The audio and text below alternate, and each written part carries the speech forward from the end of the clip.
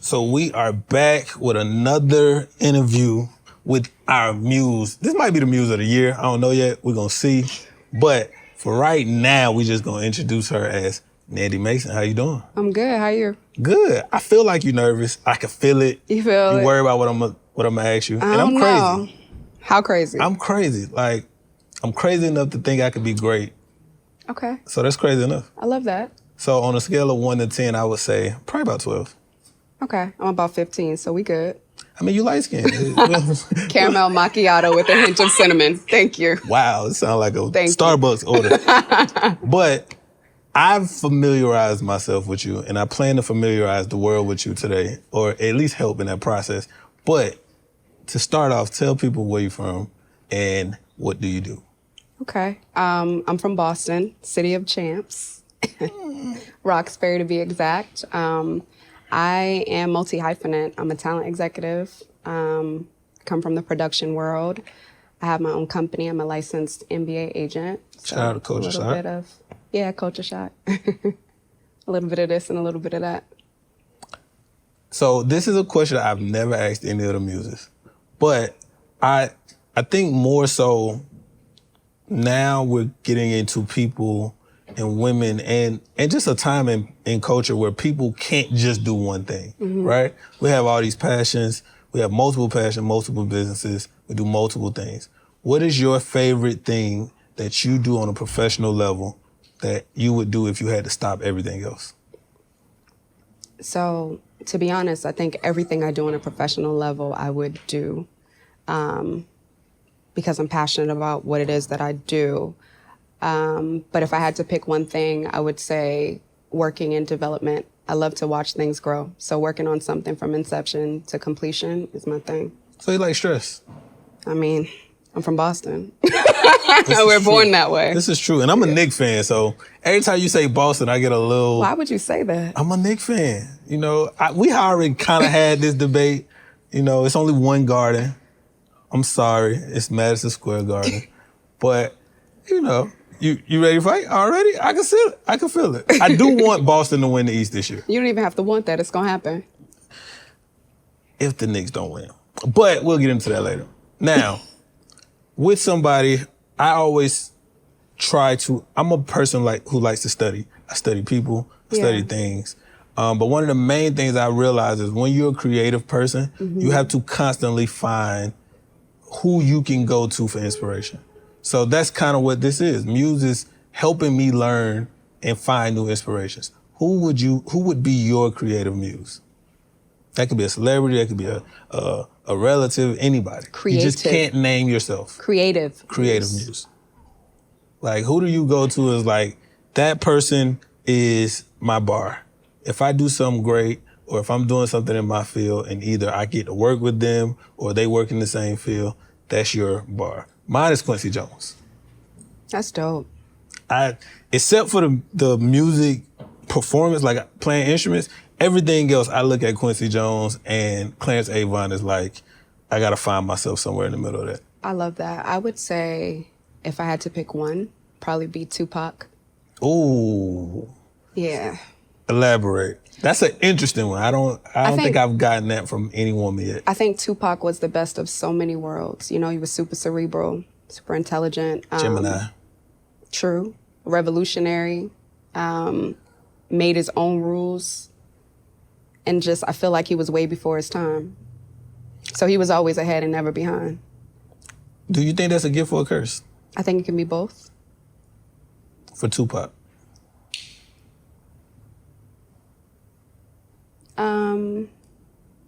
I think it was a gift. I think he's a gift. I agree. I think sometimes, you know, it's casualty, rest in peace. Yeah. And, you know, prayers to his family still and all the millions and billions of people who have been inspired by him. But I sometimes look at people who come as like a lightning rod and we don't get a lot of time with them. Yeah. They were just meant for that time. For sure. And I feel like, and you know, it's easy to say now, but I feel like Tupac would hate culture now. He came at the right time where we needed him. So I think culture would look differently if Tupac were still here. I think if a lot of our greats, Aaliyah, folks were here, the world would look different. I think because there's been a changing of the guards, we've pivoted in a new direction. But So I'm Biggie as a rapper. shout out to Biggie. I'm Tupac as everything else. But Tupac has one of my 2 cry songs. I'm not a crier. But I have 2 songs that make me cry no matter what. Which one? The Tupac song is Unconditional Love. Okay. And then it's Fortunate by Maxwell. Okay. So those 2 songs, for some reason, Make they you just cry. they just kind of get to me. And then it's like 2 movies that get to me. Which ones? I'm not telling the movie. Please tell me. Is it Poetic Justice? No. Oh, okay. Yeah. It's weird. So one is Pursuit of Happiness. Listen, that one is a tearjerker. Man, I ain't gonna hold you. The bathroom scene is gonna get me every time. Every time. Like I'll walk out the room before I watch that scene with a woman. I'm gone. And then Almost Christmas with Danny Glover. Almost Christmas. Almost Christmas. What about that made you cry? So Danny Glover's wife dies. She pretty much died at the beginning of the movie. He spent the whole movie trying to do her recipes, trying to keep the family together. Is that the movie with Chris Brown? Chris Brown is on This Christmas. Oh, my bad. Okay. So Almost Christmas is Monique. Monique and a bunch of other casts, a star-studded cast. Shot here, actually. I didn't know that. That was shot here. We actually just did a walkthrough and went into the house where that was shot. Shot here. Really? Really? Yeah, you live in this world. You live in our world. Yeah. How does production happen so... It seems like now Atlanta is like Hollywood. That spot. How does production change the world? Because I'm looking at everything that we're looking at, and that's why we got into production. Well, that's why I got into production. Where it's like, now more so than anything, I think we've always learned from media. You learn your ABCs through media. You learn almost everything through media. But I feel like now production, it got stagnant, and now it's going to change the world. How do we figure out how to make more meaningful things? And this is a later question. It's supposed to come later. I think how do we figure out how to make more meaningful things? I think we have to become more meaningful people, right? And we have to be willing to go against the grain, right? Because there's an appetite right now that we've developed for garbage, for trash. Yeah, just entertainment. But I think we've lost depth, right? So we need people that are willing to step out there and show that other side, right? And take the bullets. And wait for people to catch on, because it's going to take some time. It's reprogramming of the minds, and that takes time, and it takes powerful people. So let's retract. Sure. So we're going to start at Nandy in Boston. Let's do that. How does Nandy's upbringing form who you are? What is that story? I mean, I grew up in Roxbury with a single mother. Boston George is from Roxbury too, right? Who? Boston George? Yeah, Yep. it's Boston George. Yeah, I was involved in everything because my mom always had like 2 to 3 jobs. I thought it was because she wanted me to try a little bit of this and a little bit of that, but I think She was keeping you busy. Yeah, for sure. Somebody had to watch. Somebody got to watch. Okay. I went to an exam school, same school that Free went to from 106 in Park, actually. Shout out to Free. Shout out to Free. I danced. I cheerleaded for Bib 10.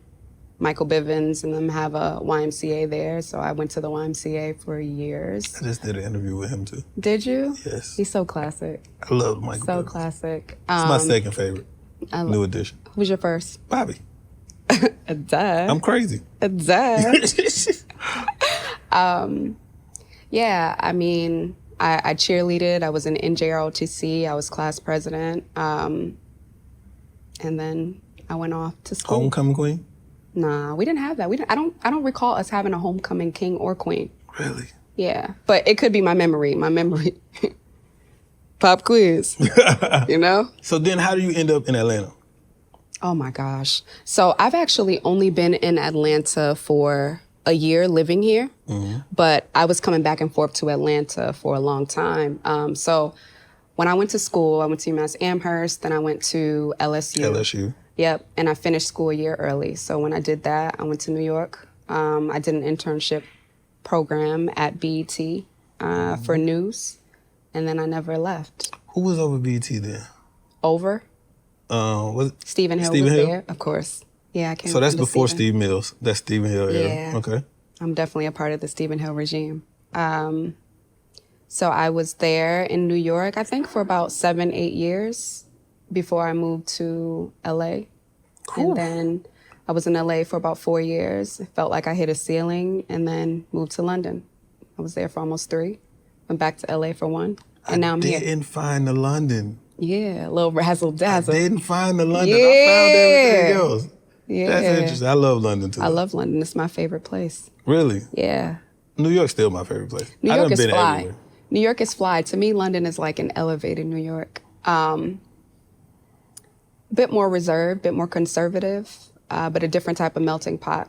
And I feel like because they are a little bit behind us, in my opinion, in terms of entertainment, there's so much opportunity there. They have a lot more manners. You get to be wet. You get to be new there. That part. That's what I love when I was Yeah, there. and you get to introduce new. Yeah. Because it's okay to be new, right? Yeah. But like when you can bring something fresh, new perspective there and kind of push the culture forward, I think that's important. And so London has all of that opportunity there. So after London, and you can't count Boston, Atlanta, New York, or LA? New York. To me, You really a Nick. listen, You really? you really gotta chill. No, but to me, honestly, I lived in Brooklyn, and Brooklyn to me feels like a larger Boston. I can't relate. There's 2 Bostons. I only know Patriots way Boston. I haven't. Oh, well, that's not really. That's what I'm saying. Boston. I don't have that real Boston experience. One of my close friends played for Boston for, I want to say like 5 or 6 years. He literally just left and went to Well, he's Cincinnati. in Foxborough, Yeah, so but we used to do everything in Boston. which I used to do in Boston. Just go have nice food and, check out the scenery. We do have good food, yeah. And you probably went to like downtown. That's what we call like, it's a little bit of white Boston. Yeah. Black Boston is But I like Roxbury, that. I like the Dorchester. pubs. I like all of that. And that's cool. But I think that there's 2 worlds that coexist. So you gonna take me? In Boston? Yeah. You on camera? We can definitely I like go. asking people for we stuff can on definitely camera, go. I stand on business. I need proof. I stand on business. I need proof. So, BET, Yes. you worked at BET, and to me that was the last golden era. No diss to Steve Mills. I think coming out of Bob Johnson and then Deborah Lee, then Stephen Hill, I think those regimes they put their stamp on it. Yeah. Is BET still important? I think BET will always be important. I think it's a staple for us. I think BET was the first to give us space to be us, to celebrate us. There's always space for that. I think, even when I think about that question, I think about a lot of the newer generation these days where people don't like to pay homage. They just think they arrived, right? And I think there's no this if not that. So there's always space for BET, in my opinion. And that counts. Like, I think you always gonna have young rebellion, right? For sure. But I think our young rebellion was, we want you to embrace us. So we want to learn from you. We want to still now to this day, I love finding old records. I love finding old break beats. I love finding old movies. I love mentoring people because I feel like that's the only way to pass it along. That's a fact. And I feel like with BET, for me specifically, and I never worked there, just as somebody who BET lived in my brain forever, I feel like they have to remember they're important. Yeah. I think now, if you look at, not even just DEI, but if you just look at the way what content has went in the last 5 years, everybody's adopted BET. And it's like BET was like, y'all can have it. So that frustrates me. So I really wanted to ask you, like, what is how important is it? And what is it that you specifically think they should be doing that they're not doing? Oh, that's such a great question. I think BET has to get back into the business of taking chances, taking risk, But I think BET can't get away with certain things that other People networks can. Yeah. Right? So it's the same thing like That's the same thing as being black. My friend does. Your friend can do it, but you can't do it here, right? So I feel like the world usually wants to see something. They say they want to see a thing from BET, and when they become that, they're like, nah, we don't want y'all to do that, you know? You got to be the leader. So BET has always been the leader, and I think that's what's missing, right? So I think they have to take more risk. I think that they have to get back into the business of breaking talent. BET was a place where you went to see the new Kendrick Lamar, right? We had Music Matters. So we had Kendrick, we had J. Cole, we had Miguel, and we were creating the trends, even with Cedar's World. Yep. Right? So you look at those things, Mad Sports. Now, that's technically what AI is now. It's exactly what AI is, right? So I think BET has always been ahead of the curve, and they have to get back to that. But I think at the root of that is they have to be willing to take risks. Do they do that with mergers and acquisitions, or do you think they have to actually create it? I think I look at stuff like On the Radar. I look at even what they do with LA Leakers and some of these things. And I'm like, BET, you don't have to necessarily found or create the IPs anymore, but some of these things are important things that you guys always gave us that you could acquire or partner with. But I don't see them doing as much of that as like a Complex would or YouTube. YouTube has partnerships where they'll just basically go take IP or partner with IP, even Barstool. So I look at some of these things and I look at some of these podcasts, Cam and May Show. I look at some of these things that where, like, I remember Joe Claire having a sports show. Yeah, me too. You know what I'm saying? I remember The Basement. I remember even as much as we want to talk crazy about it, I remember BET Uncut. Like, I remember BET Midnight Love. I remember BET doing things that people kind of focus on now that I feel like BET should be partnering or participating in. And I just always wonder why that didn't happen. I don't know if that's a leadership thing. I don't know if that's a sign of the times, but I really want BET to be important. Like, part of the reason we named our studio the Historical Black University of Creators is because I wanted black in the name the way that BET did. That's good. So it should be a leader. Yeah, I think BET has to get back to that. I can't really speak to what's happening over there. I've been gone for a while. Let me go back for a few things, but I do think partnerships exist. And I think they have to live in both worlds, right? So they have to continue to partner and acquire things that are cutting edge, things that are fresh, things that the younger demographic is looking for, and then they have to create.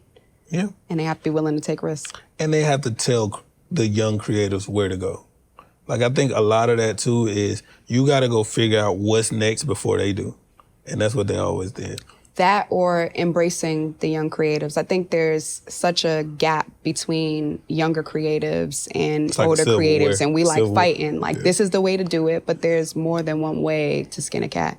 It's true. Right? So I think collaboration, like you mentioned, is the most essential, right? Like, everything's not going to make sense for everybody, and I think BET focuses on an older demographic. So I think they need a little bit of razzle-dazzle. Yeah, you ain't always got to be Walmart. A little bit of fresh blood. You always got to be Walmart. But there are brand pillars. They are. So again, there are certain things that BET can't do that you will go somewhere else and accept it there, but you won't accept it at home. I have another BET question, but I'm going to come back to it because I think it makes more sense. Let's do it. Pivoting, I always judge people's, especially when I don't know them yet, I judge what they do with what their temperament is. You work in talent. I do. Which is the hardest, I used to manage artists, used to manage talent, and I tell people that's where the gray hair came from. It didn't even come from the baby mama. But what is it about you that makes you good with talent, in your opinion? I have some testimonies too. Do you? I do. Oh, Lord. What makes me good at it? I mean, I think we all have talent, right? And my job is just to help amplify what that is. But I think showing up authentically, right? We're all people. We're going to all treat people with respect. You know, like, everything that applies to me applies to them, right? So I think it's just you meet people where they're at and you treat them like they're normal because they are. So based on my Nandy research about your dealings with talent and why you work the best with people. What you hear? You're very organized. Okay. You treat the quote-unquote top the same way you treat the quote-unquote bottom. Every day. And you always have good energy. Oh, I love that. That's what I got. I got that from 3 people. I'm not going to tell you the 3 people. I love that you got that. But I got that from 3 Three people. for the stripes. Shout out to Boston again. Look how you did that. See, now we got to go away from Right it. to self, We got to go away from it, man. What does it look like to book Nandy Mason? If I wanted you to come in and take a roster of talented, whether that's artists, creatives, young entrepreneurs, what is the best way for someone to connect to get you to help them move their project along? The best way to connect, just reach out. Is it that easy? I tried to book you for a year. Nuh-uh. I did. I have a what? witness. For what? I have a witness. For what? For this. That is not true. Jay? You tried to book me for a year? Yes. No. For a year? I don't think it was a year. I'm glad I got a witness here. It's been a year. No, I remember Jay mentioning it, right? Then I saw the rapid fire, and I was like, oh, whoa. First of all, the way my memory is set up, why? No, right? And we never discussed it again. And then I was like, wait, how did we become friends on Instagram? That wasn't a year of, don't do that. See, I'm a patient person. It was all a lie. I'm a patient person. So now we're going to get into our marquee Muse pillars. Okay. How do you define passion? Oh, that's such a great question. And dang, I watched an episode. I should have been prepared.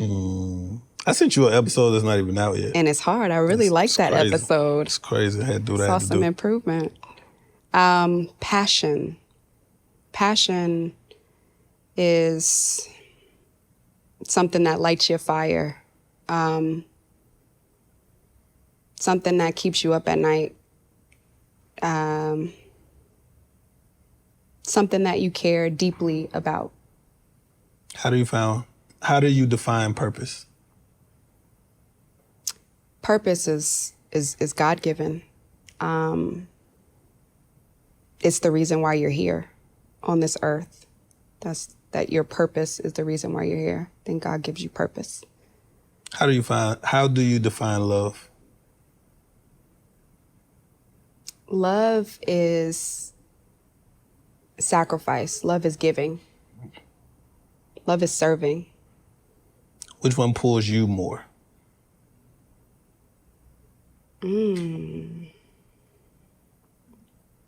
I would say love.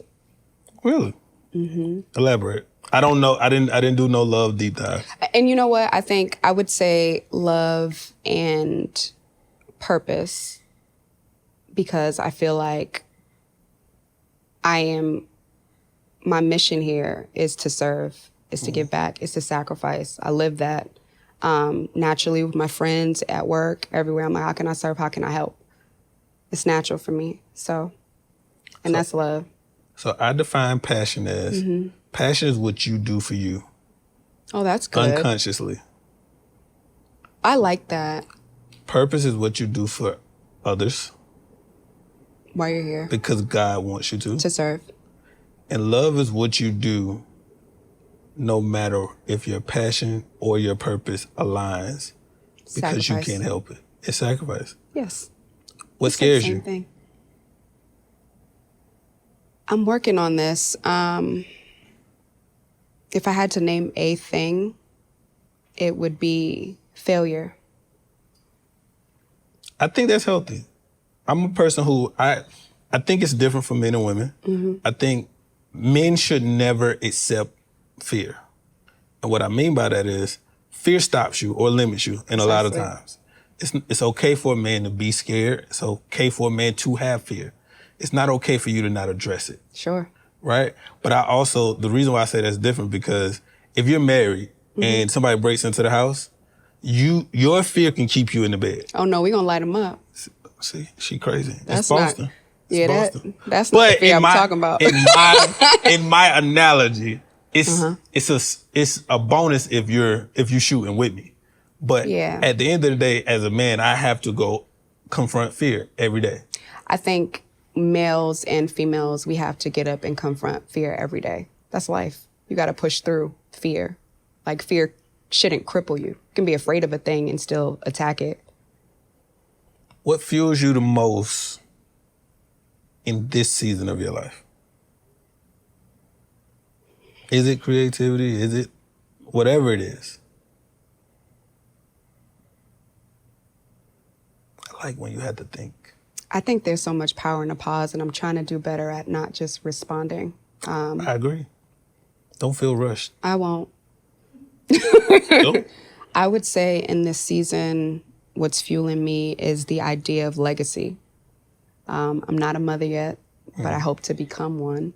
And I'm hoping that I can create generational things, be impactful, leave a mark. So that's what's fueling me. I'm shooting. Is that where that fear of failure comes from? That you might not get those things? No, I think I'm gonna get everything that my heart desires, right? I believe in God, and I believe in God wholeheartedly. And I believe that things that are planted into my heart, the desires of my heart, will be granted to me. But I think on the other side of that, I'm human, right? So I'm like, what does it look like? Mm-hmm. And, you know, working in production, you get to kind of sometimes control the outcome. Yeah. And in life, you don't get to control the outcome. Yeah, you can't say cut. Ever. Can't say cut. I mean, you can say it, but Ain't nobody listening. Fact. You know what I'm saying? So it's kind of like when I said quiet on set and everybody kept talking. kept talking. Life. Exactly. So yeah, I would say the idea of legacy, breaking some curses. What's your dream project, and who is the dream person to work with? It don't have to be on the same. Dream project. Put it in the universe.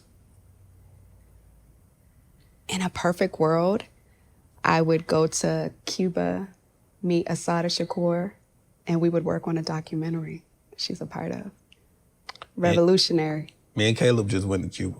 I went there too. Did you love it? I loved it. Caleb loved it too. The food was Everybody the food messed my boy up. weak. The food messed Shout my out boy to up. Cuba though. But I met a woman who was like the host where we stayed at. Mm-hmm. And just she just had like this limitless joy. I love that. But she was telling us how, you know, her friends have to bring her everything. Yeah. So she considers everyone who stayed there her friends. So when she needs books, like just telling us how hard it is, we can't send a book directly to Cuba. You have to route it somewhere else, or you have to fly over with it. Yeah. And what I loved about it, and you know, we riding around, I don't even know exactly what they call it. Trapped in a time capsule. It was, because our Uber was like a 55 so fly. old school car. My boy had his fan hooked up. Yeah. Like it was beautiful. But it was like going there lets you know how much can be created. Facts. And I don't think, it might be a creative mind that thinks like that, but I'm looking at what it looks like now, what some of it looks like, what downtown Havana looks like, what old Havana looks like, and what it looks like to dream. Because they're like, hey, if I can just get I love that. a few things, you have families that wait outside for bread at a certain time. And, it was just beautiful to see what it looks like to dream in real time. It's kind of like what you were saying about Boston. It's two parts of Boston. It's two parts of Havana where you got, the people that have kind of got closer to that dream. And then it's the people who's still there, but they're not disgruntled. They're not depressed. They just working. And that's what I saw too. So I saw opportunity, right? I saw dreamers as well, but I also saw it made me think about where our lives actually necessitate, right? We have a bunch of excess things, but people do so much more with less. People are so much more pleasant with less. You know what I mean? Over there, it was just like, well, what am I complaining about? Facts. You know what I'm saying? Like, it's a different world. They do more with what they have.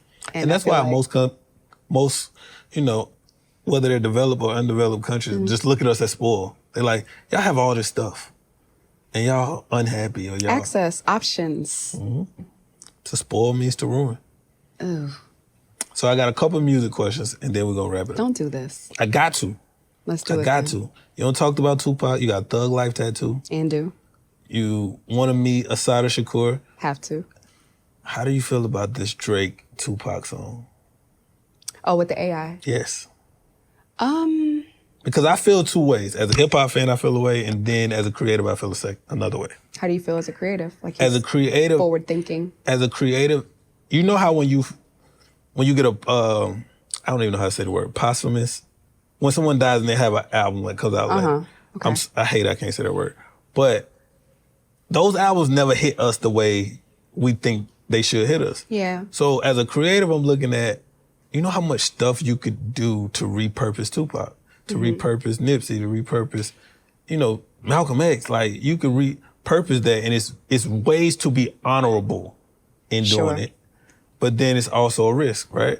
But then as a rap fan, I'm just like,